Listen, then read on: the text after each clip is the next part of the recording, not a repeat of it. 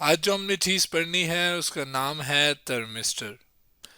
Thermistor में अगर आप देखें तो एक थर्म वर्ड है, दूसरा मिस्टर है, ईस्टर है। इसमें जो थर्म है ये बेसिकली हीट यानी टेम्परेचर को जाहिर करता है। टेम्परेचर यानी कोई चीज़ कितनी गर्म या कितनी ठंडी है। जबकि ईस्टर जो वर्ड है ये बेसिकली रेजिस्टर से निकला है। या आप कह लें कि ये वाला हिस्सा किसको जाहिर करता है, रजिस्टर को। अब रजिस्टर क्या चीज़ होती है? एक ऐसी चीज़ होती है जिसके पास एक प्रॉपर्टी होती है जिसको हम रेजिस्टेंस कहते हैं। रेजिस्टेंस एक ऐसी प्रॉपर्टी है जो कि फ्लो ऑफ चार्जेस को मतलब अपोज करती है। अगर इन सब को देखा जाए तो जहन में सवाल आता है कि फिर थर्मिस्टर क्या हुआ। थर्मिस्टर एक ऐसा रेजिस्टर हुआ जो कि टेम्परेचर के साथ चेंज हो। यानी अगर मैं इसको लिखूँ, thermistor is a temperature sensitive resistor.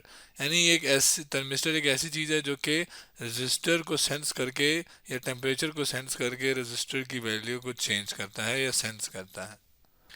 Sense basically temperature को करेगा और उस लिहाज से फिर वो रेजिस्टेंस की वैल्यू या रेजिस्टर अपनी वैल्यू चेंज करेगा। जिसकी अगर मैं स्ट्रक्चर की या शक्ल की बात करूँ तो कुछ इस तरह का होता है रेजिस्टर थर्मिस्टर हमारे पास, जिसमें दो तारें हैं जो कि एक चीज़ के साथ कनेक्ट होती हैं। ये जो तार है इससे बेसिकली जो करंट है वो आप समझे आता है और इससे दूसरी तरफ चला जाता है। अब जैसे मैंने कहा कि टेम्परेचर को सेंस करके ये रेजिस्टर की वैल्यू चेंज करेगा, तो कितनी टेम्परेचर पे कितनी वैल्यू चेंज करेगा, तो उसके लिए जो क्वांटिटी हम यूज़ करते हैं या क्वांटिटी होती है वो टेम्परेचर कोफिशिएंट कहलाती है। जिससे बेसिकली ये मैयर होता है कि कितना टेम्परेचर मिला तो हमने उस लिहाज से कितनी जो रेजिस्टेंस है वो चेंज करनी है। इसके हमारे पास दो टाइप्स हैं। एक है पॉजिटिव टेम्परेचर कोफिशिएंट, जिसमें अगर टेम्परेचर आसपास इंक्रीज हो रहा हो तो फिर या टेम्परेचर इंक्रीज हो रहा हो तो रेजिस्टेंस की वैल्यू भी क्या होती है, इंक्रीज होती है। इसको हम पीटीसी भी कहते हैं। इसके अलावा एक और टाइप है जो कि नेगेटिव टेम्परेचर कोफिशिएंट कहलाता है, जिसको हम एनटीसी कहते हैं। इसमें क्या होता है कि टेम्परेचर बढ़ने से जो रेजिस्टेंस है वो क्या होती है, कम होती है। अब ये जो दो मैंने बताई टाइप्स, पीटीसी और एनटीसी, ये कौन से मटेरियल ये टेम्परेचर कोफिशिएंट मतलब देते हैं? कौन से ऐसे मटेरियल हैं जो कि पीटीसी हो मतलब बनते हैं और कौन से ऐसे मटेरियल हैं जो कि एनटीसी वाली प्रॉपर्टी एनटीसी बनते हैं? आइए उस तरफ बढ़ते हैं। अगर मैं पीटीसी की बात करूं तो जो कंडक्टर्स हैं वो ये बिहेवियर शो करते हैं, जबकि जो सेमीकंडक्टर्स हैं वो ये एनटीसी यानी नेगेटिव टेम्परेचर कोफिशिएंट वाला बिहेवियर शो करते हैं।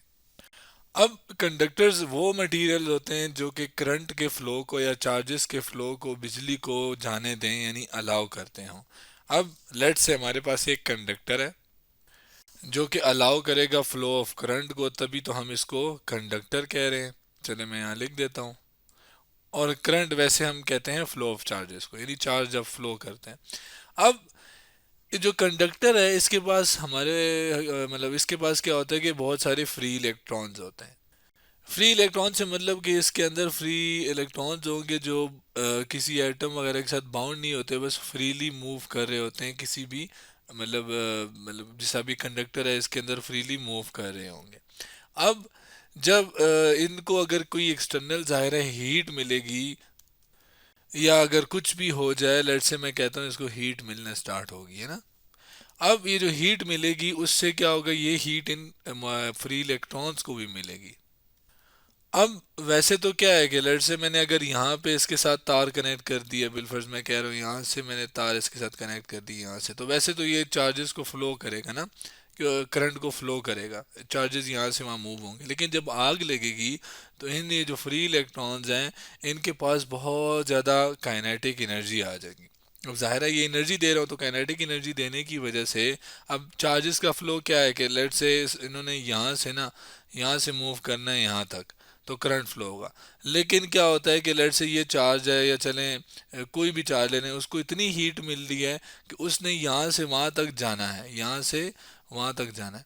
तो यहाँ से वहाँ तक जाने की जाएगा, लेकिन ये हीट इसको इन पूरे इलेक्ट्रॉन्स को इतनी मिलेगी कि ये बजाय इसके कि ये यहाँ से वहाँ तक जाए, ये आपस में इतनी कोलिजन कर देंगे, फ्री इलेक्ट्रॉन आपस में इलेक्ट्रॉन के साथ और अंदर जो आयंस मौजूद होंगे एटम के वो उनके साथ इतनी कोलिजन करेंगे कि ये करंट ही फ्लो इतनी आसानी से नहीं होगा, बल्कि ये कह लें कि होगा ही नहीं, ना होने के बराबर होगा। अब जब करंट फ्लो नहीं हो रहा तो इसका क्या मतलब हुआ कि रेजिस्टेंस जो है वो इंक्रीज हो गई है, यानी टेम्परेचर बढ़ने से रैंडम कोलिजन बहुत ज़्यादा होगी है फ्री इलेक्ट्रॉन की, आयंस और एटम्स और आपस में, यानी आपस में इलेक्ट्रॉन्स की, फ्री इलेक्ट्रॉन की।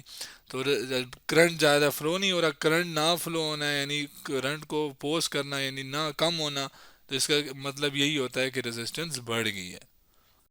तो ये जो कंडक्टर्स हैं अगर इनको हीट मिले, आपस में कहीं आसपास हीट नज़र आए, तो इनकी जो रेजिस्टेंस है वो बढ़ जाती है और करंट फ्लो इतना नहीं करता।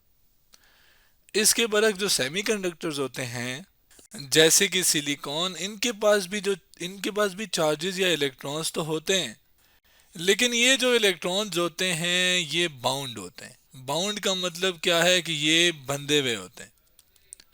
किसके साथ बंधे होते हैं? बेसिकली ये जो एटम्स इसके अंदर होते हैं ना, उनको उन्होंने इस इलेक्ट्रॉन्स को बांध के अपने साथ एक फोर्स के साथ, जिसको इलेक्ट्रोस्टैटिक फोर्स कहते हैं, जो कि इलेक्ट्रॉन और न्यूक्लियस के बीच में होती है। तो उस फोर्स की वजह से ये बंधे हुए होते हैं। लेकिन क्या है कि जब इसको हीट मिलती है ना, तो वो जो इलेक्ट्रोस्टैटिक फोर्स है जो कि इलेक्ट्रॉन और एटम की न्यूक्लियस के बीच में है वो कम पड़ जाती है, यानी ये जो हीट है वो ज़्यादा होती है एज़ कम्पेयर टू उस इलेक्ट्रोस्टैटिक फोर्स के, तो ये इलेक्ट्रॉन फ्री हो जाते हैं। फ्री होने से क्या होगा कि इलेक्ट्रॉन जब फ्री हो गए तो फिर इसका क्या मतलब है कि करंट तो फ्लो होना स्टार्ट हो गया है, मतलब करंट फिर फ्लो करवा सकते हैं अगर हम इसको तारों के साथ कनेक्ट कर लें। यानी हमने टेम्परेचर दिया सिलिकॉन को या किसी सेमीकंडक्टर को, इसके पास भी इलेक्ट्रॉन है। सेमीकंडक्टर बेसिकली वो मटेरियल होते हैं जो कि इतना अच्छा कंडक्ट नहीं करते करंट को जितना कंडक्टर अच्छा करते हैं, लेकिन इतना ज़्यादा रेजिस्ट भी नहीं करते जितना इंसुलेटर्स करते हैं। इंसुलेटर बेसिकली बिल्कुल करंट को पास होने नहीं देते। लेकिन जो सेमीकंडक्टर है उनके पास बाउंड चार्जेस, बाउंड इलेक्ट्रॉन्स होते हैं, लेकिन चूंकि हमने फ़िलहाल टेम्परेचर दिया, टेम्परेचर अगर हम दे दें तो वो क्या करते हैं कि bound electron become free.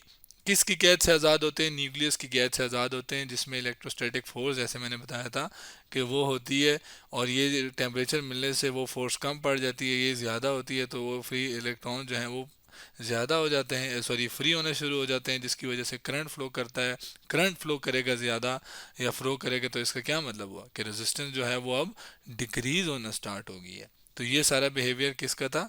NTC का, जिसमें हमने क्या कहा था कि हीट मिलने पर रेजिस्टेंस डिक्रीज हो जाती है, जबकि पीटीसी में हमने कहा था कि हीट मिलने पे, टेम्परेचर देने पे रेजिस्टेंस जो है वो ज़्यादा हो जाएगी। तो ये बिहेवियर हमने पीटीसी का कंडक्टर्स में पाया, जबकि एनटीसी का बिहेवियर जो है वो सेमी कंडक्टर्स में पाया। अब ये जो पीटीसी और एनटीसी का बिहेवियर है, ये ज़रा अगर हम ग्राफ में देखें तो कुछ इस तरह का आता है। इसमें अगर आप देखें तो चूंकि टेम्परेचर हम दे रहे हैं यानी टेम्परेचर इंडिपेंडेंट है, तो वो उसको मैंने हॉरिजॉन्टल एक्सिस पे ड्रॉ कर दिया है, जबकि रेजिस्टेंस जो है वो डिपेंडेंट है किसके ऊपर? टेम्परेचर के ऊपर, तो उसको वर्टिकल एक्सिस पे ड्रॉ कर दिया।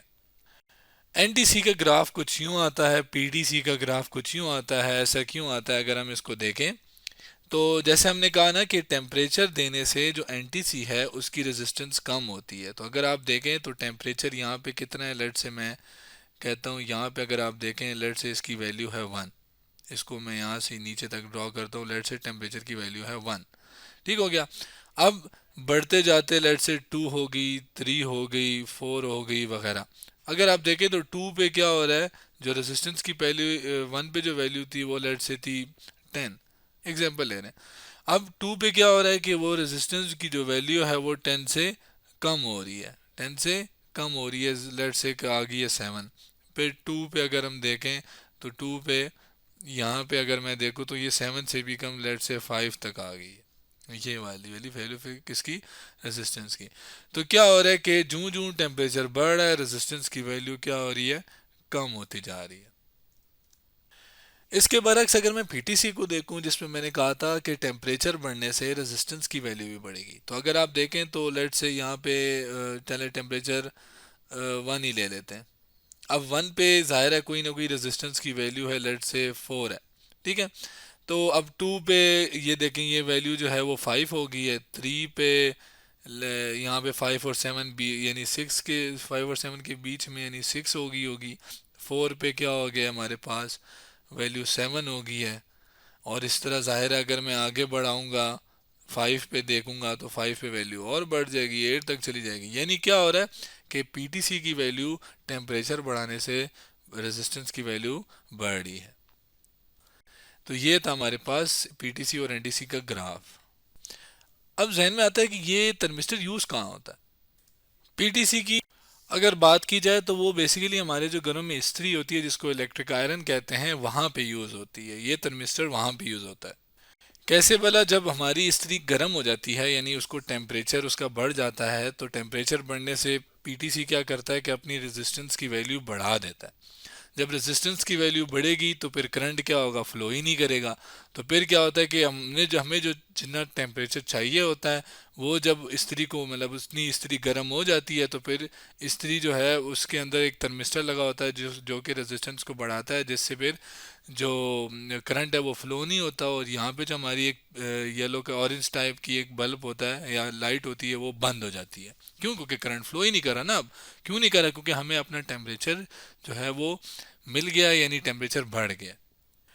अब अगर एनटीसी की बात की जाए तो एनटीसी बेसिकली फायर अलार्म के तौर पे या फायर अलार्म में यूज़ होता है। अब ये बिल्डिंग में इस तरह की एक चीज़ लगी होती है जो कि अगर आग लग जाए तो फिर ये क्या करने, बजना स्टार्ट हो जाती है। अब लेट से यहाँ पे कहीं ना जो भी रूम है इधर आग लगना स्टार्ट हो गई है। तो आग लगने का क्या मतलब है कि यहाँ पे जो टेम्परेचर है वो बढ़ जाएगा। यहाँ पे इस फायर अलार्म के करीब करीब वाले अलार्म जो सॉरी जो टेम्परेचर है वो बढ़ जाएगा। जब टेम्परेचर बढ़ेगा, तो हम एनटीसी के लिए पढ़ चुके हैं कि जब टेम्परेचर बढ़ता है तो रेजिस्टेंस डिक्रीज होती है और करंट फ्लो होगा। तो यानी इस अलार्म के अंदर से करंट फ्लो होना स्टार्ट हो जाएगा, जिसकी वजह से ये बजना स्टार्ट हो जाएगा। क्यों? क्योंकि अब टेम्परेचर बढ़ गया है, यानी आग लग गई है, रेजिस्टेंस कम हो गई है और करंट फ्लो हो गया है। तो आज हमने थर्मिस्टर के बारे में पढ़ा और जिसकी दो टाइप थी, जिसमें एक एनटीसी और पीटीसी, जो कि इसकी हमने आगे एंड पे जाके एप्लीकेशन भी देखी कि ये दोनों कहाँ पर या थर्मिस्टर कहाँ पर यूज़ होता है।